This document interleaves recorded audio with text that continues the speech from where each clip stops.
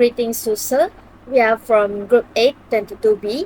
The title of our assignment is Striving for Equality, Reducing Inequality in Gender, Education, and Income Disparities Across Nations.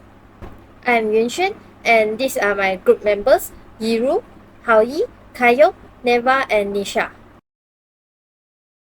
Reducing inequality is a pressing problem in today's society since differences in wealth, opportunity, and the fulfillment of needs continue within and between cultures. Inequality has the potential to harm the unity of society, economic advancement, and perpetuation of marginalization on poverty cycles. Initiatives are being conducted at every level to address and lessen these disparities because of how serious this situation is.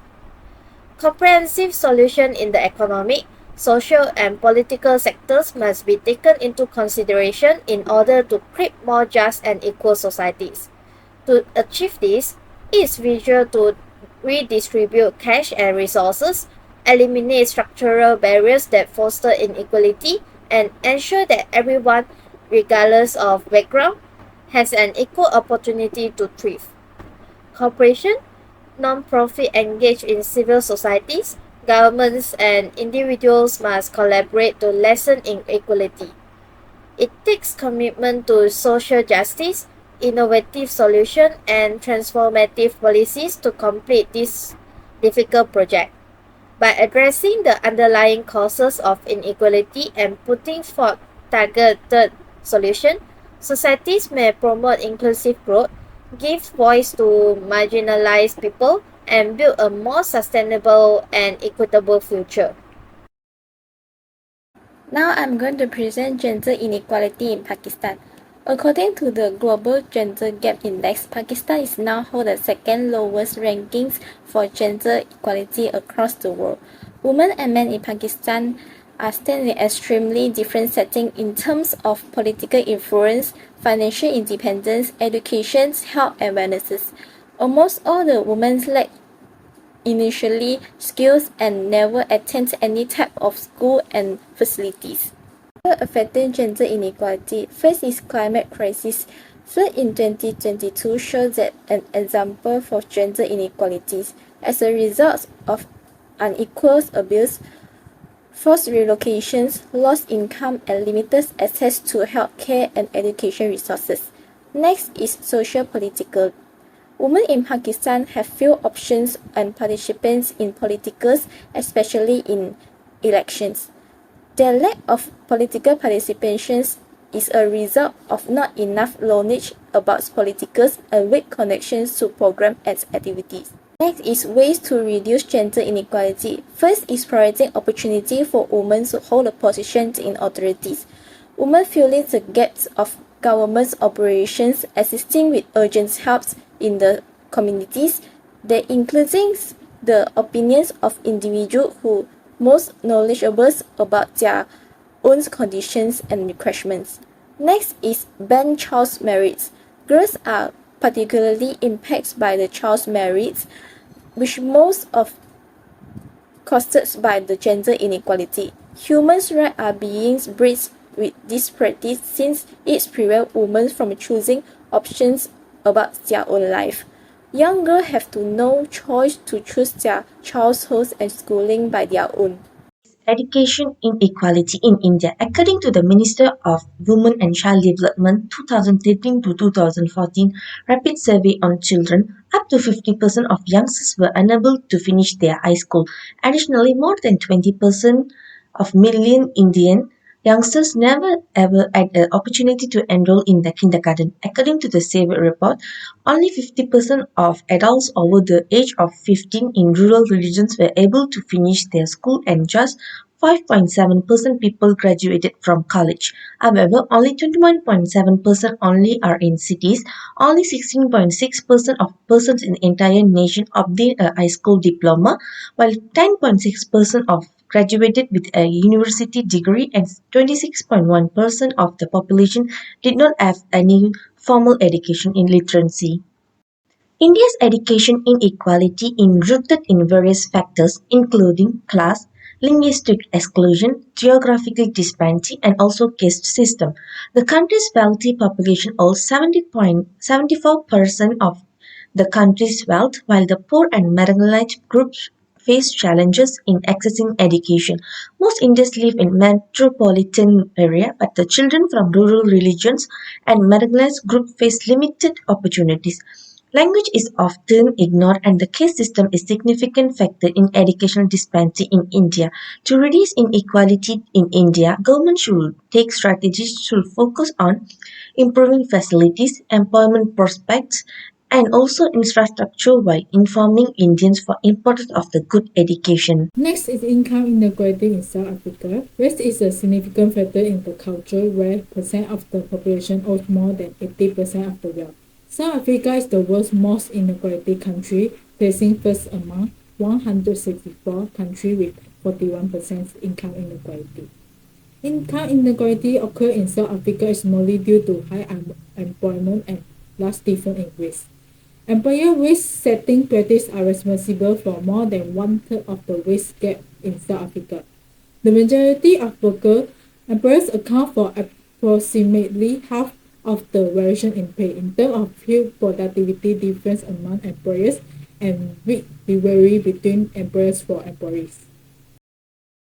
As figure 1 shown, the lucky employer who is able to go from a low-wage job to a high-wage one see their pay improve by more than double, shown by the red line. An employee in high-paying post will be forced to transfer to a low-paying company, which will result in much reduced salary, shown by the blue line. The results show the discrepancy between employers paying low wage and high wage are a factor in the income inequality. Employer wage premium account for around 1/5 of all income inequality. Figure 2 shows individual companies in red line and variance related to worker characteristics in blue line have an equal impact on how total salary varies for all employees except the highest paid ones.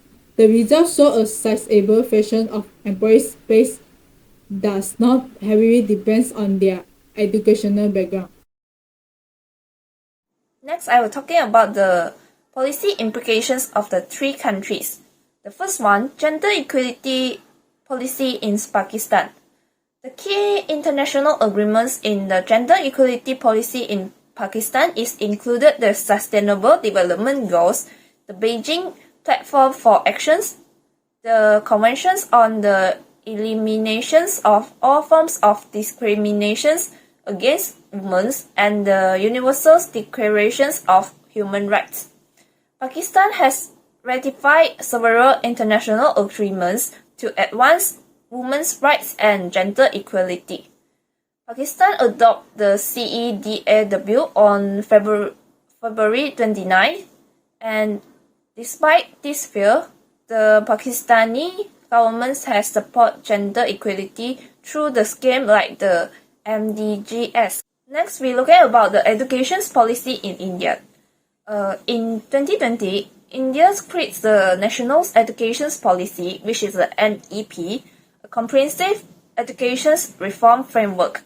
It emphasizes qualities and accessibility for all students regardless of the socio-economic status. The policy promotes the education technology, innovations, and research. It promotes the opportunity, quality, and the equality inclusions to provide every Indian kids have a high quality education. Furthermore, we look at about the South Africa. South Africa has taken the step to reduce the economic disparities. This policy included the progressive taxations and social assistance programs that help low-income households. Employment equality laws ensure that historically disadvantaged groups are represented in the workforce, while Black economic empowerment initiatives encourage Black South Africans' economics involvement through ownership and skill development. This is to guarantee the workers have the minimum pay and the nations have set one. Next is the recommendation. First is gender equality in Pakistan. Present rules must be enforced in the job, home, community, and social contexts, especially in rural areas. A national task committee can investigate the major reasons and provide practical solutions. Despite the fear, the Pakistani government has supported gender equality through schemes and like the MDGs. Punjab's government vigorously bans gender discrimination and human rights abuse. It educates women about their rights and also provides a support system. Second is education in India. Improve rural and marginalized education, support females and poor children through scholarships and specialized programs, raise awareness and challenge norms that hinder girls' access to education. The policy promotes education technology, innovation and research. NEP 2023 will change Indian education. It encourages critical thinking, creativity and problem solving over memorization. It seeks to increase access to education in rural and distant locations, lower dropout rates for females and minorities, improve teacher preparation and professional development, address socioeconomic and gender imbalances, and incorporate practical knowledge and technology into the curriculum. And the third one is economy disparities in South Africa. South Africa should prioritize and strengthen gender and racial equality measures, especially in the workplace. Equal job opportunities and inclusive workplace. Employment equality laws ensure that historical disadvantaged groups are represented in the workforce, while black economic empowerment initiatives encourage black South African economic involvement through ownership and skills development. At the same time, improving social grant service delivery will maximize resource use. The long term equality requires democratic ownership, asset and wealth equalization, and household savings and also investment. To achieve social justice and fairness, inequality must be reduced. To eliminate inequality, which is a process that calls for revolutionary policies and a dedication to social justice, governments, businesses, civil society, and individuals must collaborate. Addressing economic inequality, fostering social inclusions, and guaranteeing equality of opportunity will help to create a fairer world where everyone has the chance to flourish. It is critical to understand that decreasing inequality is a difficult, long-term undertaking that demands continual devotion and collaboration. A society that respects and empowers everyone, regardless of background, can be built by removing structural barriers, addressing underlying problems, and promoting inclusion. In the effort to lessen inequality, even small action add up. Every step taken to increase equality in society is essential to the development of that society. Building bridges and promoting social cohesion through empathy, understanding, and solidarity will pave the road for a society where everyone may realize their potential and have access to equitable opportunities. That's the end of our presentation. Thank you.